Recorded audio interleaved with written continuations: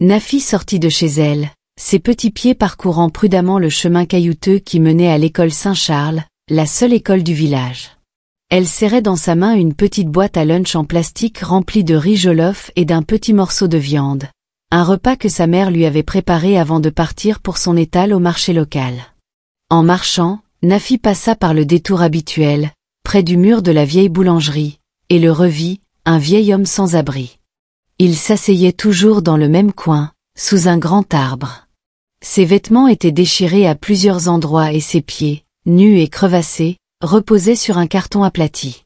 On recommandait souvent aux enfants de ne pas s'approcher de lui. Elle l'avait déjà vu à quelques reprises. Mais ce jour-là, elle ne comprenait pas pourquoi elle se sentait ainsi. Le vieil homme semblait si affamé, plus faible et plus fragile. Nafi s'arrêta de marcher. Elle baissa les yeux vers sa boîte à lunch. Puis elle le regarda à nouveau. Une guerre silencieuse éclata dans son cœur. « Mais j'aurai faim, pensa-t-elle. Et maman me grondera. » Puis elle se souvint des bonbons à la noix de coco et au chin-chin que l'ami de sa mère avait rapportés de la ville la veille. Ils étaient dans son cartable, censés lui servir de friandises pendant la récréation. Ça pourrait suffire à la tenir jusqu'à la fin de la journée, pensa-t-elle.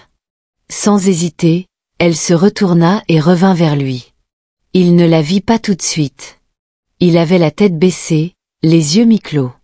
Mais tandis que sa petite ombre se projetait sur ses pieds burinés, il releva lentement la tête. Nafi s'agenouilla près de lui et déposa délicatement la boîte à lunch devant lui. « Je veux que tu manges ça, grand-père, » dit-elle avec un doux sourire. « C'est du riz et de la viande. » Le vieil homme cligna des yeux. Pendant un instant, il ne put parler. Il fixa la boîte. Puis elle. Puis de nouveau la boîte. « Je ne comprends pas, » dit-il d'une voix rauque, à peine plus forte qu'un murmure. « Tu me donnes à manger ?» Nafi hocha la tête. « J'ai des encas. »« Ça ira. » Les larmes montèrent aux yeux du vieil homme avant qu'il ne puisse les retenir. Et, d'un coup, le barrage céda. Le vieil homme fondit en larmes. Non pas les douces et silencieuses larmes de gratitude, mais de lourds sanglots qui secouaient sa silhouette fragile. Il serrait la boîte à lunch contre sa poitrine, comme un trésor. Comme si ça valait plus que de l'or. Nafi ne savait pas pourquoi il pleurait autant, mais elle posa doucement une main sur son épaule.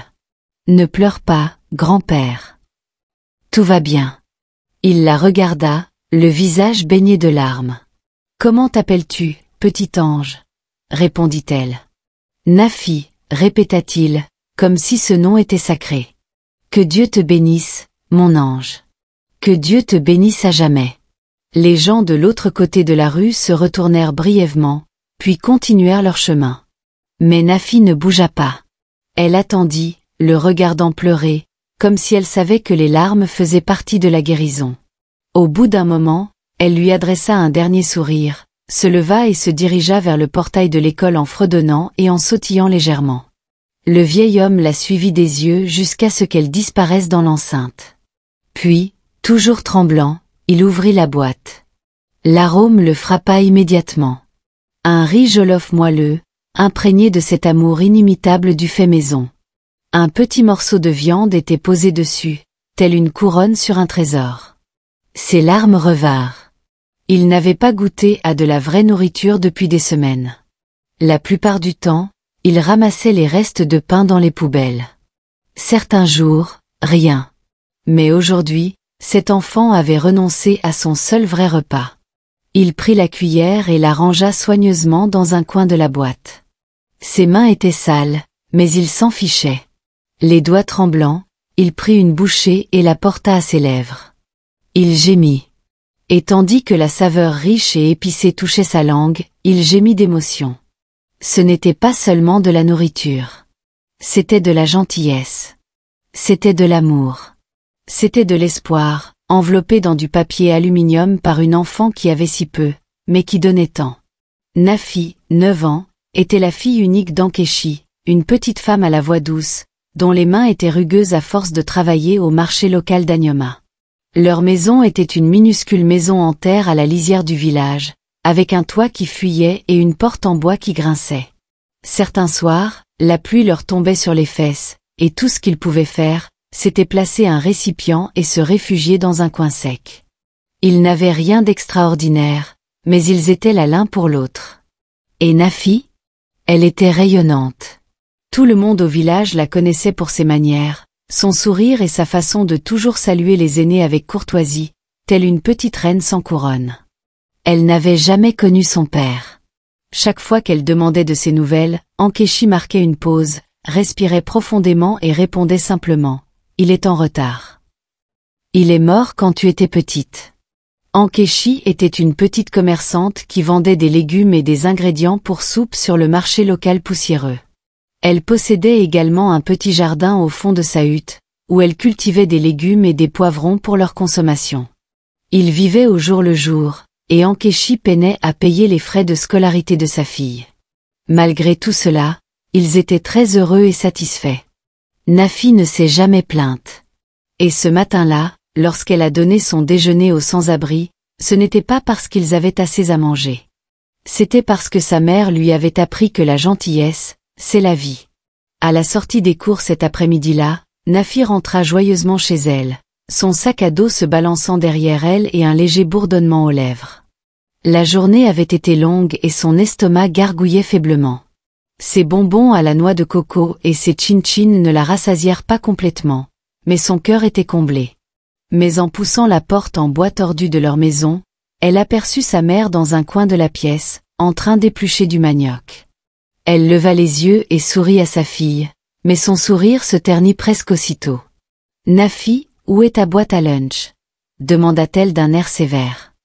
Nafi se figea, ses doigts agrippant le bord de la porte. « Maman, » commença lentement Nafi, « je l'ai donné à quelqu'un. » Le manioc tomba des mains de sa mère. « Tu as fait quoi ?»« Je l'ai donné à quelqu'un, » répéta Nafi en baissant les yeux.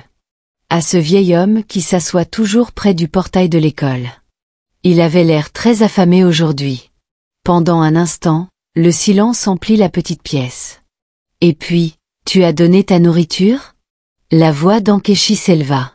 « La seule nourriture que tu avais aujourd'hui. »« Nafi, ne t'ai-je pas dit qu'on n'avait pas assez pour gaspiller ?» Nafi fit un pas prudent en avant. « Je ne l'ai pas gaspillé, maman. Je l'ai donné à quelqu'un qui en avait plus besoin. J'ai mangé le bonbon au chin-chin et à la noix de coco que tante Nena avait apporté.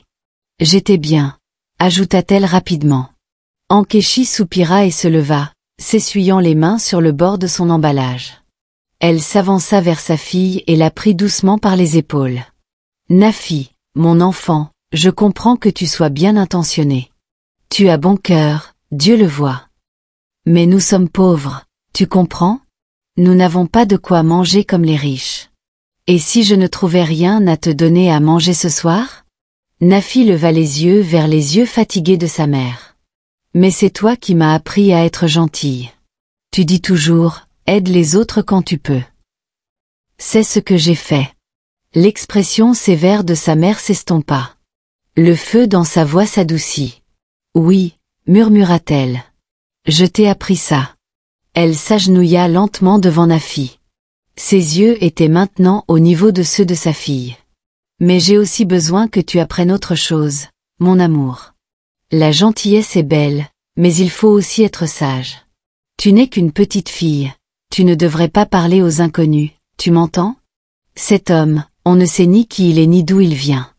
Il a peut-être l'air faible aujourd'hui, mais certains font semblant. Ce monde n'est pas toujours clément. Je sais, dit doucement Nafi. Mais j'ai vu ses yeux. Il avait faim, vraiment faim. Il a même pleuré. » Et Cathy fixait sa fille. Cette petite enfant au grand cœur ressentait un mélange de fierté et de peur. Fierté que sa fille soit bonne, peur qu'une telle bonté puisse un jour la blesser. Elle serra Nafi dans ses bras. « Ne cessez jamais d'être gentil. Et ne vous approchez jamais trop des inconnus. » Ils restèrent assis en silence un moment.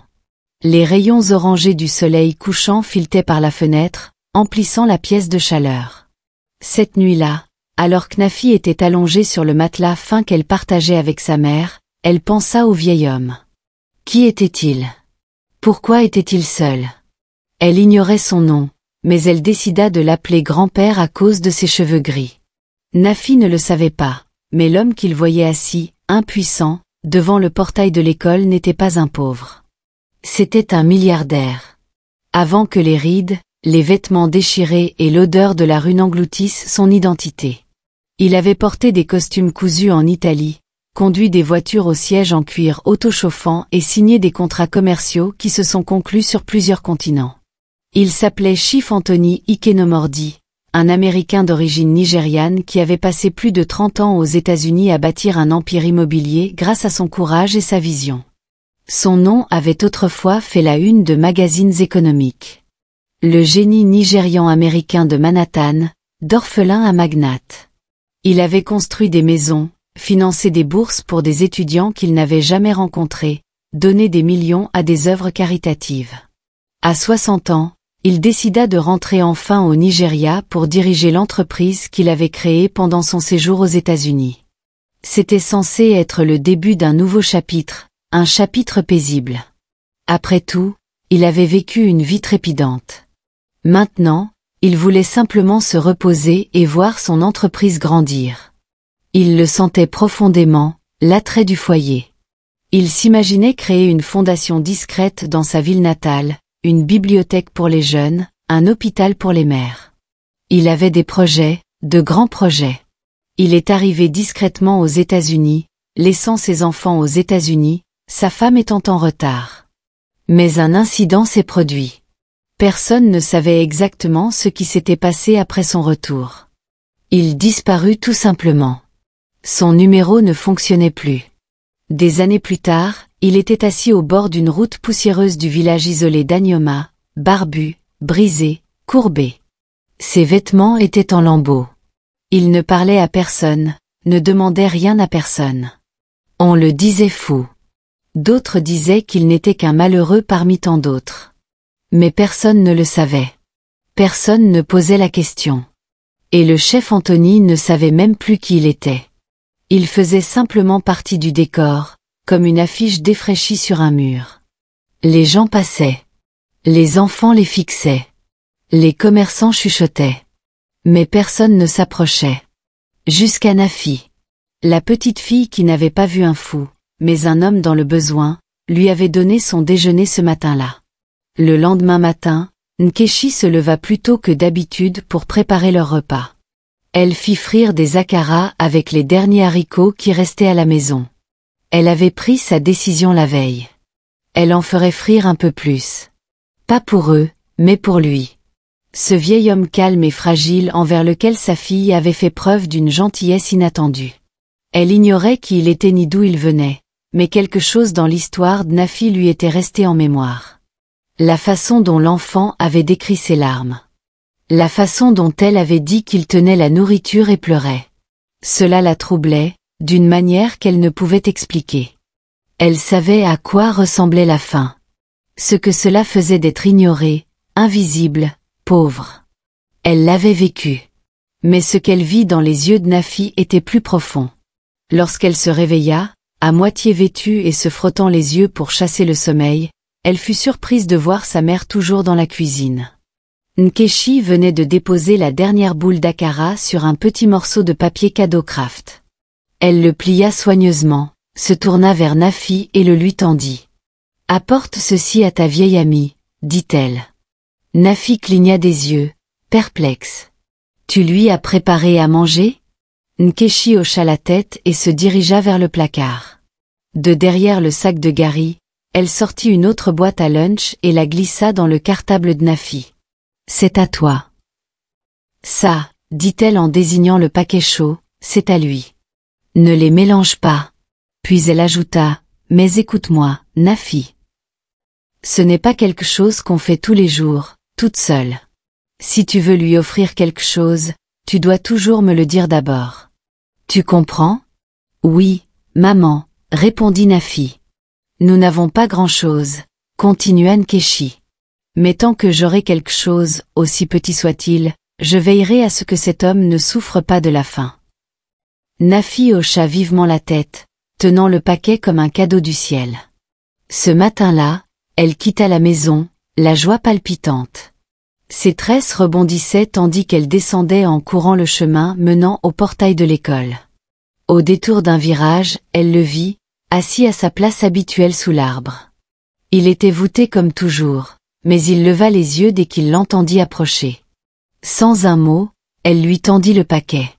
L'homme le prit lentement, ses doigts tremblants sous la chaleur qui s'infiltrait à travers le papier. Il la regarda, non seulement avec gratitude, mais avec quelque chose d'autre, comme de la révérence. « Merci, mon petit ange. » Le nom resta gravé dans sa mémoire. À partir de ce jour, il l'appela ainsi chaque matin, et fidèle à sa promesse, Nkechi tint parole. Chaque matin, avant que Nafi ne parte à l'école, sa mère emballait quelque chose dans du papier kraft et le donnait à sa fille. Parfois, c'était de l'igname rôti, d'autres fois du maïs cuit, ou quelques morceaux de patates douces frites. Les jours où il n'y avait absolument rien d'autre, elle emballait 2 biscuits secs. Parfois, Nkechi accompagnait Nafi pour livrer la nourriture. Il ne parlait pas beaucoup, juste un léger hochement de tête de sa part, un doux sourire de sa part, et l'offrande passait de main en main. Il n'y eut pas de longues conversations, pas de questions indiscrètes, juste des échanges de gentillesse en silence. Les villageois commencèrent à s'en apercevoir. Certains murmurèrent, d'autres haussèrent les épaules, mais Nkechi s'en fichait. Elle savait seulement qu'à chaque fois que Nafi revenait de l'école et lui disait que grand-père avait souri aujourd'hui, ou qu'il lui disait « que Dieu te bénisse encore », une chaleur douce et étrange s'épanouissait dans sa poitrine. Et cela continua ainsi. Pendant des jours. Pendant des semaines. Puis, un peu plus d'un mois plus tard, quelque chose se produisit. Le village d'Anyoma était calme ce soir-là, lorsque 2 visiteurs, grands et bien habillés, déambulèrent dans l'un des sentiers secondaires menant au palais. Il s'agissait de jeunes chercheurs américains nigérians envoyés par leur université pour recueillir des données en vue d'une étude de terrain sur le développement rural. Le roi d'Anyoma les avait chaleureusement accueillis 2 jours plus tôt, et satisfait de leur mission et de leur conduite respectueuse, leur avait proposé de séjourner dans l'une des chambres d'hôtes du palais. C'était leur 2e promenade nocturne depuis leur arrivée au village. Le plus jeune des 2, Toby, marchait d'un air curieux, son appareil photo oscillant à ses côtés, capturant de temps à autre des images de l'environnement rustique. L'aîné, Tobeki, marchait tranquillement à ses côtés, le regard perdu dans le vide, jusqu'à ce qu'il se pose sur une silhouette assise sous un poteau de bois tordu, près d'un buisson en bord de route. Il s'arrêta. Toby continua de marcher jusqu'à ce qu'il réalise que Tobeki n'était plus à ses côtés. Il se retourna et vit Tobeki figé, le regard fixé, la bouche légèrement entr'ouverte. Le vieil homme était assis, affalé par terre, le dos contre un arbre, le regard perdu dans le vide. Ses vêtements étaient en lambeaux, son regard était fatigué, perdu. Tobeki s'avança vers lui, lentement au début, comme s'il craignait que l'homme ne disparaisse comme un fantôme. Non, pas question. Il s'approcha, sa respiration s'accéléra. Puis il tomba à genoux devant l'homme. « Papa » murmura-t-il. L'homme cligna des yeux mais ne dit rien. La voix de Tobeki se fit plus forte. « Papa, oh mon Dieu !» Le vieil homme le fixa comme s'il était un étranger, sans une once de reconnaissance, sans changement d'expression. Juste un silence. Tobeki se précipita vers lui. « Que se passe-t-il ? Qui est cet homme ?» Tobeki leva les yeux, la voix pleine d'incrédulité. « C'est mon père. C'est mon père. » Toby recula légèrement. « Ton père ? Mais je pensais. » Tobeki hocha lentement la tête. On le croyait mort. Il se tourna vers l'homme qui n'avait toujours pas parlé. Tobeki tendit la main et lui toucha doucement le bras. La peau en dessous était sèche, fine comme du papier, tremblante. C'était comme toucher un souvenir enfoui depuis longtemps. « Il ne me reconnaît pas », dit Tobeki d'une voix à peine murmurée. « Il ne sait même pas qui je suis. » Le silence s'épaissit entre eux. Au bout d'un moment, les 2 jeunes hommes se levèrent. Tobeki, tremblant, murmura. « Il faut qu'on retourne au palais. Le roi a besoin d'entendre ça. » Ils coururent au palais immédiatement. À leur retour, essoufflés et couverts de poussière, Le roi s'était retiré dans son cabinet, mais il revint rapidement lorsqu'ils insistèrent sur l'urgence de la situation. Et là, devant le roi, Tobeki prit la parole. « Votre Majesté, cet homme près du buisson, au bord de la route, est mon père. Son nom est le chef Anthony Eknomodi. » Il marqua une pause, déglutissant difficilement. Le poids des émotions pesait sur lui. Nous l'avons rencontré pour la dernière fois il y a 3 ans, à son arrivée à l'aéroport nigérian de Lagos. Il venait de prendre sa retraite et souhaitait s'installer tranquillement à Lagos. Il nous a confié qu'il était fatigué et qu'il souhaitait simplement la paix. Nous l'avons tous appelé ce soir-là. Nous avons plaisanté. Il était censé rester chez lui à Lagos, où mon oncle, Monsieur Shuka, vivait déjà avec sa famille. Mais ce fut la dernière fois que nous entendîmes parler de lui. Les jours passèrent et nous n'eûmes plus de ses nouvelles. Nous l'appelâmes, mais sa ligne était coupée. Les semaines se sont transformées en mois. Ma sœur aînée a pris l'avion pour le Nigeria et est allée chez lui. Mon oncle a dit qu'il n'était jamais venu. Il ne l'avait pas vu. Nous avons cherché. Nous avons engagé des particuliers pour localiser son téléphone. Rien. Il est mort. Nous avons vérifié les hôpitaux, les morgues, les archives de police. Il n'y avait aucune trace. Finalement, après presque 1 an, nous avons supposé le pire, qu'il était mort. Peut-être qu'il avait été agressé sur la route, ou que quelque chose de terrible s'était passé. Nous l'avons pleuré, mais sans parvenir à tourner la page. C'était comme enterrer quelqu'un sans tombe. Ce sans-abri que j'ai vu aujourd'hui est mon père, Votre Altesse. L'homme que nous croyions tous mort, conclut Tobeki presque en larmes. Le roi, qui avait écouté attentivement, prit enfin la parole. « Tu es sûr que cet homme est ton père ? Il est là depuis plus de 3 ans. On avait voulu le chasser du village quand on a commencé à le voir. Mais après réflexion, on l'a laissé tranquille. Surtout parce qu'il avait l'air calme et inoffensif. » Tobeki hocha la tête. « J'en suis sûr. Son visage est peut-être plus âgé, creusé, mais je connais mon père. Même dans son silence, je le reconnais. » Sans hésitation, le roi fit signe à 2 de ses gardes. « Amenez-le ici immédiatement. Soyez indulgents avec lui. » Les gardes ont obéi. Cela ne prit pas longtemps.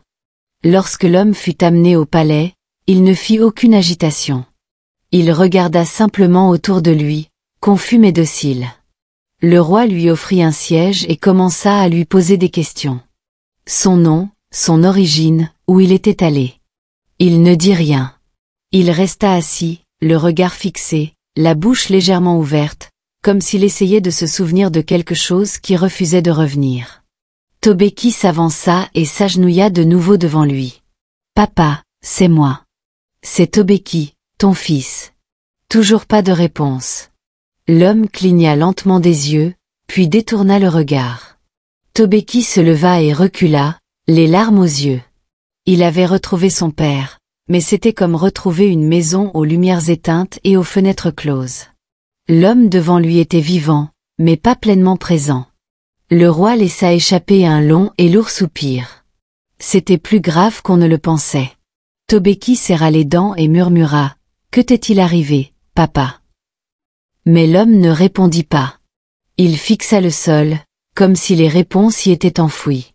Tobeki se leva et s'inclina devant le roi. « Votre Majesté, je vous prie de bien vouloir m'adresser une humble requête, » dit-il d'une voix ferme mais épuisée. « S'il vous plaît, offrez à mon père un petit logement jusqu'à ce que je termine mon projet. Encore quelques semaines, pas plus, j'en assumerai les frais. Je ne peux pas le laisser retourner à la rue. Je le ramènerai en ville avec moi en partant. Je ne peux plus l'abandonner. » Le roi, un homme sage qui avait vu passer des générations, observa le jeune homme en silence un instant. Puis il hocha lentement la tête. « Il y a une petite cabane derrière le mur nord, » dit le roi. « C'est calme, près des arbres. L'air y est pur. Qu'il reste. Et j'enverrai une garde du palais pour le surveiller, jour et nuit. Ne vous inquiétez pas. » Les épaules de Tobeki s'affaissèrent de gratitude. « Merci, Votre Majesté. Merci. » Ce soir-là, il appela ses frères et sœurs en Amérique. Leur voix était forte, pleine de choc, d'incrédulité, puis de larmes. L'aînée, Tifoma, pouvait à peine parler au début. Puis elle a fini par murmurer « Réserve-moi un vol. Je viens au Nigeria ». Le lendemain matin, les préparatifs avaient déjà commencé. Tobeki se promenait au marché local d'Aneoma pour choisir de nouveaux vêtements. Simples mais dignes. Un pagne propre, 2 chemises et une paire de sandales. Il acheta même un petit flacon de parfum et du savon pour son bain. Les servantes du palais commencèrent à apporter de la nourriture à la hutte 2 fois par jour.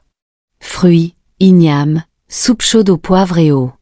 Le garde se tenait constamment à proximité, ferme mais doux. Tobeki lui rendait souvent visite, assis à côté de l'homme qu'il avait élevé, essayant de parler, pour lui rappeler de plonger sa main dans le creux où son père semblait désormais flotter. Mais toujours pas de mots. Jusqu'au 3e matin. Tobeki avait apporté des bananes ce jour-là. Il les déposa sur le tabouret bas près du tapis où son père était assis, les yeux rivés au sol comme d'habitude. Tobeki ne s'attendait à rien. Mais au moment où il allait se lever et partir, son père parla pour la première fois depuis qu'il l'avait trouvé. « Amène-moi, mon petit ange », dit-il calmement. Tobeki se figea. Il se retourna lentement. « Que as-tu dit ?» Le vieil homme le regarda. Son regard, bien que lointain, contenait maintenant quelque chose, un fil conducteur. « Mon petit ange », répéta-t-il. « La fille qui m'a donné à manger. » Tobeki cligna rapidement des yeux, stupéfait. « Une fille ?» L'homme hocha la tête. « Elle m'a donné du riz. Et un cara. Elle m'a souri. C'est mon ange. » Un frisson parcourut l'échine de Tobeki. Il s'accroupit à côté de lui. « Papa ? Qui est-elle » Mais l'homme ne dit rien de plus. Il ferma simplement les yeux, un léger soupir s'échappant de ses lèvres, comme si parler lui avait épuisé ses dernières forces. Tobeki resta silencieux un long moment, la phrase résonnant dans sa tête. « Mon petit ange. » Qui était-elle ? Et où pouvait-il la trouver ? Pendant ce temps, de l'autre côté du village, Nafi marchait vers l'école plus lentement que jamais. Ses pieds traînaient. Ses yeux scrutèrent attentivement le bord de la route, s'accrochant à un espoir discret. Mais le vieil homme avait disparu. Depuis des jours, son coin était resté vide. C'était comme s'il s'était volatilisé. Chaque jour, elle portait son paquet de nourriture, espérant son retour. Chaque jour, son petit cœur se brisait un peu plus lorsqu'il ne revenait pas. Sa mère l'avait remarqué, bien sûr. Un matin, Ankechi l'arrêta juste avant qu'elle ne sorte. « Nafi, » dit-elle doucement. « Ne sois pas triste. Cet homme. Il a peut-être déménagé. Il est sans abri, tu te souviens ? Il a peut-être trouvé un autre endroit où se reposer. » Nafi hocha la tête, mais son regard trahissait son incrédulité. « Je n'ai même pas eu le temps de lui dire au revoir, » murmura-t-elle. Cet après-midi-là, Tobeki retourna à l'endroit même où il avait trouvé son père, près du virage buissonneux près du portail de l'école. L'endroit était calme. Il commença à poser des questions. Il s'adressa à un vendeur de fruits au bord de la route, puis à un garçon vendant des sachets d'eau, puis à une femme qui faisait griller du maïs au carrefour. La plupart haussèrent les épaules ou secouèrent la tête, mais une vieille femme, qui vendait du bois de chauffage à proximité, plissa les yeux et se pencha en avant. « Un vieil homme à la barbe grise ?» demanda-t-elle. « Il s'asseyait là-bas ?» répondit rapidement Tobeki. Elle hocha la tête. Une petite fille lui apportait à manger tous les matins. Petite fille, en uniforme scolaire, très respectueuse, toujours souriante. Le cœur de Tobeki fit un bond. « Sais-tu où elle habite ?» La femme marqua une pause, puis désigna le champ. « Suis ce petit sentier, va tout droit jusqu'à une vieille maison en terre battue, avec un manioc à côté. Sa mère vend au marché, c'est là qu'ils vivent. » Sans perdre une seconde, Tobeki la remercia. Terbesi la remercia et courut au palais. « Toby, » dit-il, faisant irruption dans leur chambre d'amis. « On sort. »« Où ?» demanda Toby, surpris. pour retrouver le petit ange de mon père. Le chemin jusqu'à la maison de Nafi fut court, mais chargé d'espoir. Le cœur de Terbessy battait fort à mesure qu'ils approchaient. Ils arrivèrent à la maison et frappèrent doucement. La porte en bois s'ouvrit en grinçant et Nafi sortit.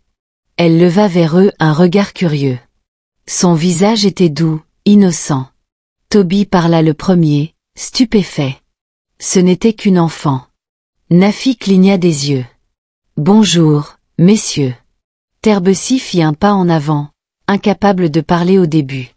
Finalement, il s'accroupit et dit doucement. « Tu donnais à manger à un vieil homme assis près de ton école ?» Elle hocha lentement la tête, les yeux écarquillés.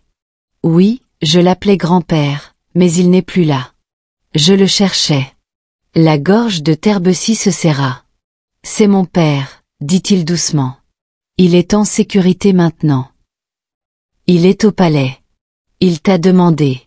Il t'a appelé. » Son petit ange, Nafi, se précipita dans la maison pour appeler sa mère.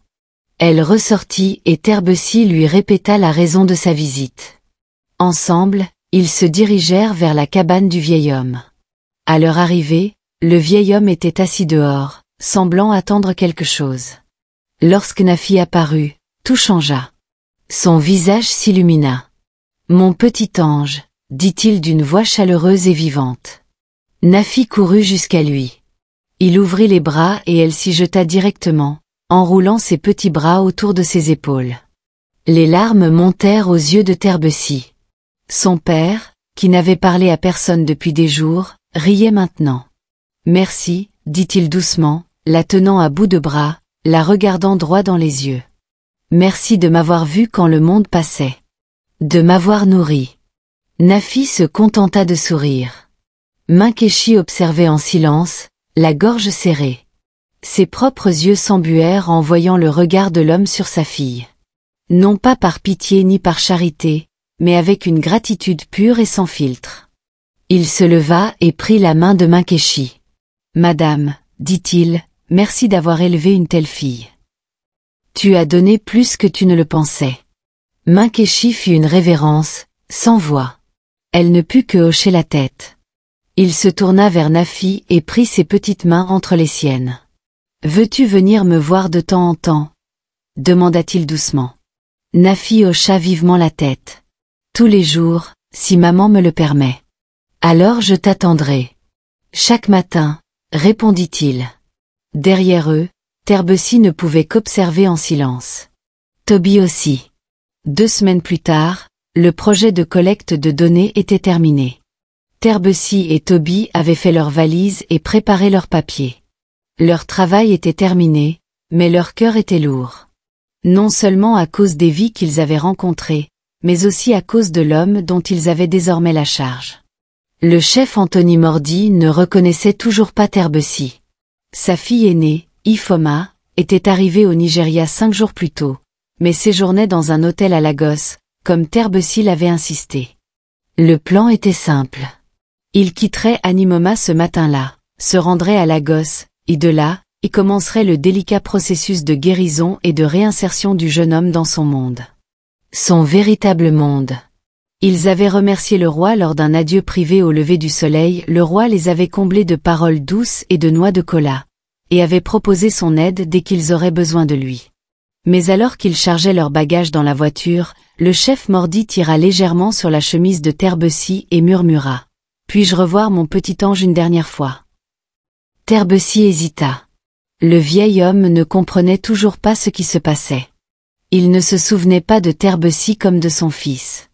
Il ne se souvenait pas de la vie qu'il avait construite ni de la famille qu'il avait laissée derrière lui. Ses souvenirs vacillaient comme la lumière d'une bougie. C'était un peu vague, mais la seule constante dans son esprit brisé était Nafi. L'enfant qui le nourrissait. Alors Terbessy acquiesça. Il envoya un message à la maison de Nafi. Quelques minutes plus tard, Nafi arriva avec sa mère. Elle tenait quelque chose à la main.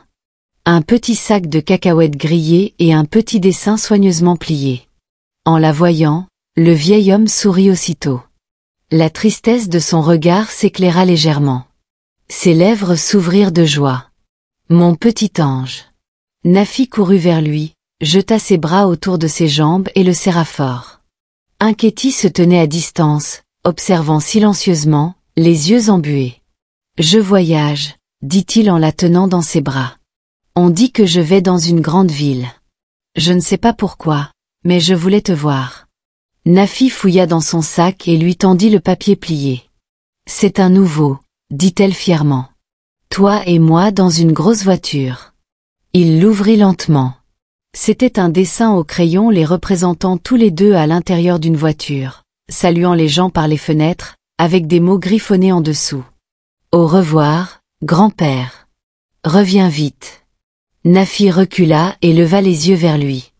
Je vais nous manquer. Sur ce, elle se retourna vers sa mère et lui fit signe de la main jusqu'à ce que la voiture disparaisse au bout de la route. Le voyage jusqu'à Lagos fut long, mais sans encombre. Le chef maudit était assis tranquillement à l'arrière, entre Tobeki et Toby, les yeux rivés au ciel pendant la majeure partie du trajet. Il ne parlait pas beaucoup. Arrivés à Lagos, ils allèrent à l'hôtel d'Ifeoma et la récupérèrent. Ils décidèrent de l'emmener d'abord dans son ancienne maison, celle qu'il avait fièrement construite avant de retourner au Nigeria. Cette même maison où vivait son jeune frère avec sa famille. Ils arrivèrent quelques instants plus tard et le portier ouvrit le portail. Ils entrèrent. La porte d'entrée s'ouvrit avant même qu'ils ne sortent. Oncle Shuka se tenait là, une main tenant le chambranle, l'autre s'essuyant le front en sueur. Ifeoma fit un signe de la main enthousiaste. Mon oncle, c'est moi. J'ai amené quelqu'un, dit-elle, pensant que son oncle serait heureux de voir son frère. Mais dès que le regard de l'oncle Shuka se posa sur le vieil homme qui sortait de la voiture, il recula. Son visage pâlit. Ses mains tremblèrent. Et puis, abomination, hurla-t-il. Sa voix résonna dans l'enceinte comme une explosion. Tu n'étais pas censé être revu. Je n'aurais jamais dû te voir. Tout le monde s'est figé. Même le chef mordit. Tebeki le regarda, stupéfait. Oncle, de quoi parles-tu? Mais oncle Shuka recula de quelques pas, comme s'il venait de voir un fantôme. Le monde autour d'eux semblait s'être écroulé. Tebeki se tourna vers son père. Il fixait la maison, silencieux, impassible. Mais maintenant, ses mains tremblaient. Il semblait se souvenir de quelque chose. Tebeki se tourna vers son oncle. Que veux-tu dire, abomination? Oncle, qu'est-il arrivé à mon père? Mais oncle Shuka ne dit rien de plus. Il se retourna et courut à l'intérieur de la maison, claquant la porte derrière lui. Tebeki et Ifeoma restèrent plantés là, les yeux rivés sur la porte qui venait d'être claquée. À cet instant, aucun d'eux n'imaginait la tempête qui grondait silencieusement derrière ces murs. Le secret enfoui, resté silencieux pendant plus de 3 ans. Un secret si sombre, si inattendu, qu'il allait non seulement expliquer la mystérieuse disparition de leur père, mais aussi bouleverser tout ce qu'ils pensaient savoir sur leur famille. Merci beaucoup d'avoir regardé. Ne manquez pas la deuxième partie, où le mystère de la disparition soudaine du chef Anthony Ikenomori et de son errance dans la rue sera enfin révélé. Vous verrez également comment le simple acte de gentillesse Nafi va transformer sa vie de la manière la plus inattendue qui soit. Croyez-moi, à ne pas manquer. Assurez-vous de vous abonner et d'activer la cloche de notification pour être le premier informé de sa sortie. À bientôt.